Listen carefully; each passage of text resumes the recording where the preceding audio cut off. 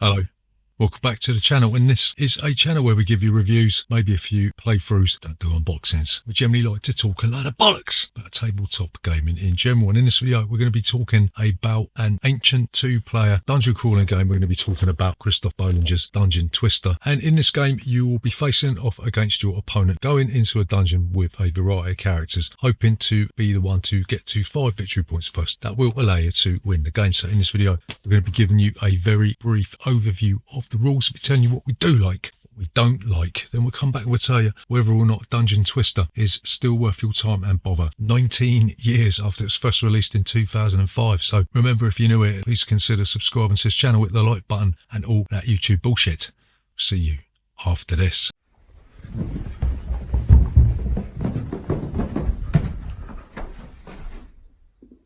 Bollocks! So Dungeon Twister, how'd you play this game? So Dungeon Twister is a two-player dungeon crawling game where the aim of the game is to be the first player to get to 5 victory points. You're going to get victory points by moving your adventurers over the finish line of your opponent's area. You're going to be able to get victory points by taking a goblin over the finish line, and you'll get victory points for taking treasure chests over the finish line as well. You also get points for beating up your opponents, as if you needed any encouragement to do that. So first thing you're going to do is you're going to lay out the map. You're going to turn the tiles face down. You're going to place them out in a 4x2 grid, and you're going to place the starting lines at each end. You'll then choose which characters you want to take. You'll have a choice of 8. You'll only be able to take 4. You'll take the tokens that correspond to the characters you want to take, and you'll place them on the coloured spaces on your start line. You'll then take the item tokens in your colour, and you will then go back and forth placing these item tokens on the face down tiles. So on your turn you will be able to do one of 3 things. You'll be able to play an action card, be able to use some of the action points generated by playing an action card, and then if you haven't got any action cards left, you'll be able to draw the 4 action cards that you use back into your hand, right? So you'll be able to use your action points in the following way. You'll be able to use them to reveal a room. You'll do this by flipping over the tile, and then if there's an item token on that tile, then either you or your opponent will place that token on the tile. You can rotate a room. If you're on one of the gears squares on the tile, then you can pick the tile up and rotate it in the direction that the cogs tell you. There's 2 rooms of each colour, and if you're on the gear of one, then you can rotate the other one, right? So that is a good way of fucking up your opponent's plans. You can move a character. Each character has got a speed value, and you'll be able to use 1 action point to move that number of spaces. You can't move through opponent's characters, and you're going to have to use one of your jump cards to go over a pit trap. You're going to have a warrior or a thief if you want to get through a portcullis. A warrior can smash up a portcullis, and a thief can open it. You can initiate combat. When you do this, you'll have to be adjacent to somebody to do this, and what you do, you'll take one of your combat cards, you'll play it face down. Opponent will do the same. You'll reveal, and you'll add your character's combat strength to the card that you played, and the player with the highest combat strength will be the winner, right? Your opponent will be wounded. You'll take their standee off the board and you'll replace it with the token, and if you wound them again, then they will be killed and you will get some victory points. You can use your character's special ability. That's 8 different characters in the game, and each one of them has got a special ability. So the cleric has got healing. They can use an action point to heal a wounded character. You just stick the standee back on the board and take the token off, right? The Mechanic can rotate a room in the direction that they choose if they're standing on the gears. The thief can deactivate pit traps, and they can also do lockpicking. A troll has regeneration. A wounded troll can regenerate for 1 action point. A wall walker can, guess what, walk through walls. A warrior can smash up a portcullis. A wizard has levitation, so they can fly over pit traps. They've also got the benefit of being a magic user, so you can use scrolls. But the book says that this is going to be used in a future expansion, so that's a bit strange, isn't it? And the final thing you could do is you can use an object. So keep doing this. You'll keep running around the dungeon. You'll keep on revealing tiles, turning tiles around, trying to screw people over. Be trying to attack people until somebody has got 5 victory points, and then they will be the winner of Dungeon Twister. So what do we like about Dungeon Twister?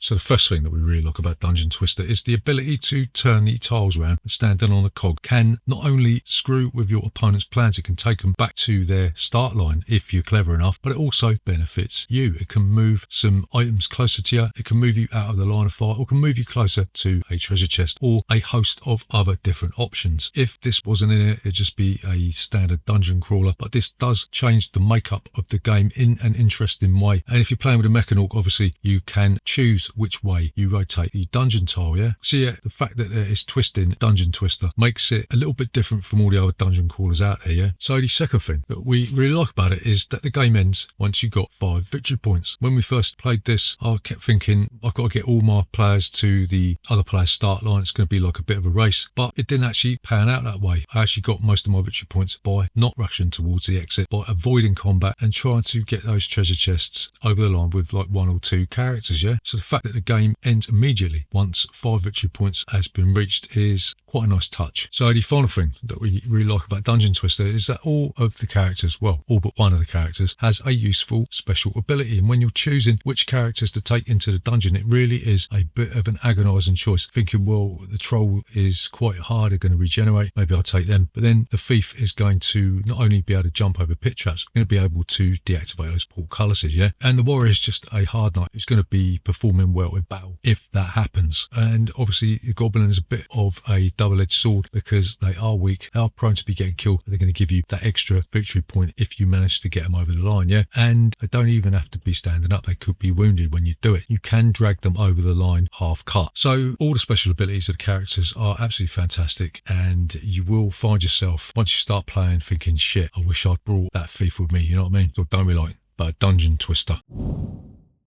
So the first thing that we don't like about Dungeon Twister is the component quality is absolutely shocking. Yeah, I know this game is nearly 20 years old, but the standees are made of really, really thin cardboard. It's got this horrible sort of gloss sheen all over it. And even the tiles are just so thin. They could have been used in one of those charity segments in Live Aid, you know. Why they didn't use thicker cardstock is beyond me. 2005 wasn't like sort of the age of antiquity in terms of board games, was it? This was meant to be the golden age of board gaming, but this is cheap and nasty. Okay, the artwork's not too bad, but the really paper thin nature of this game is a real disappointment. So the second thing that we don't like about Dungeon Twister is that the initial placement of items is largely a waste of time. It's going to be the case more often than not when we played this, that you're going to be placing your items close to you and your opponent is going to be placing their items close to them. Okay, you might be tempted to place some items into the far reaches of the dungeon just in case you might need them at the later stages, but a lot of the times we played this, you're not going to be getting all of your characters over the line, so it's going to be useful to place especially swords and stuff like that close to you, right? So it just seems a little bit of a waste of time setting up these items when you really know where they're going to be placed. So the final thing that we don't like about Dungeon Twister is there's simply not enough content in the box to make this feel like a full game. There's 1,000,000,001 expansions for this, and it's almost as if they'd made the expansions before it was released and just scrimped down on the amount of stuff that was in the box. There is a 3 or 4 player expansion which we do have, which has more scenarios in the box, but it would have made sense to have included that in the original printing of this game here. As it stands, you're going to be left with one type of map, no scenarios in the original box, and you're just going to be playing the same game again and again. And because there's no real variation, there's no real luck in this game, there's not going to be any sort of randomization of the startup and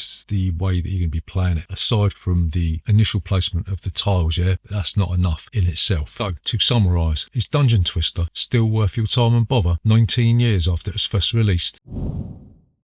So we're going to say maybe, maybe not. Dungeon Twister is definitely showing its age, but that doesn't mean it's a terrible game, and it can be quite fun hunting down or evading your opponents whilst running for the finish line with that treasure chest or that half-dead goblin. However, the length of time it takes for the game to reach a satisfactory conclusion and the repetitive nature of subsequent playthroughs without one of the gazillion and one expansions renders this game rather lifeless until you invest in additional content. So there you go, that is Dungeon Twister. Remember, if you are new here, please consider subscribing to this channel, hit the like button and all that YouTube bullshit. See you next time.